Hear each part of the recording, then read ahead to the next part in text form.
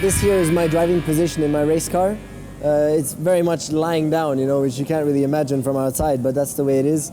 The feet even go upwards, as you can see, because the cockpit goes up, so the pedals are up there. It looks strange, but it feels quite normal, and it's not a problem. It really feels dynamic, aggressive, you know, it's not like you're sleeping in there, it's fine.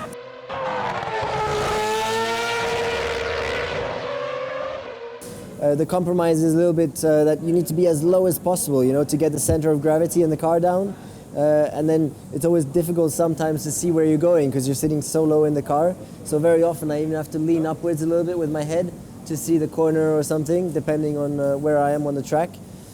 Then also the making of the seat is a really difficult process because the carbon is really in the shape of your body.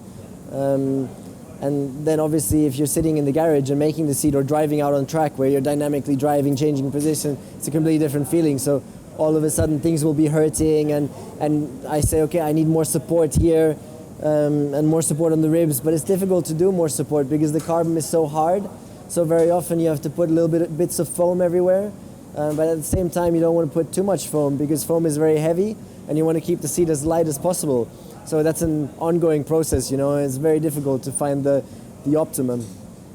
Now I'm going to take my steering wheel as well, just to show you how the position is with the steering wheel. It's about here, and it's also a very, very small area. Like, I'm looking just above the steering wheel. At the same time, I can't drop the steering wheel down either, because then I can't steer anymore, because my hands go into the top of my legs. So it's a really small area where the steering wheel is. Then also there's the display right here, which is just below where I look to see where I'm going, and there I see all my RPM, my shift, my gear, and also my lap time. So there's various important things on the display.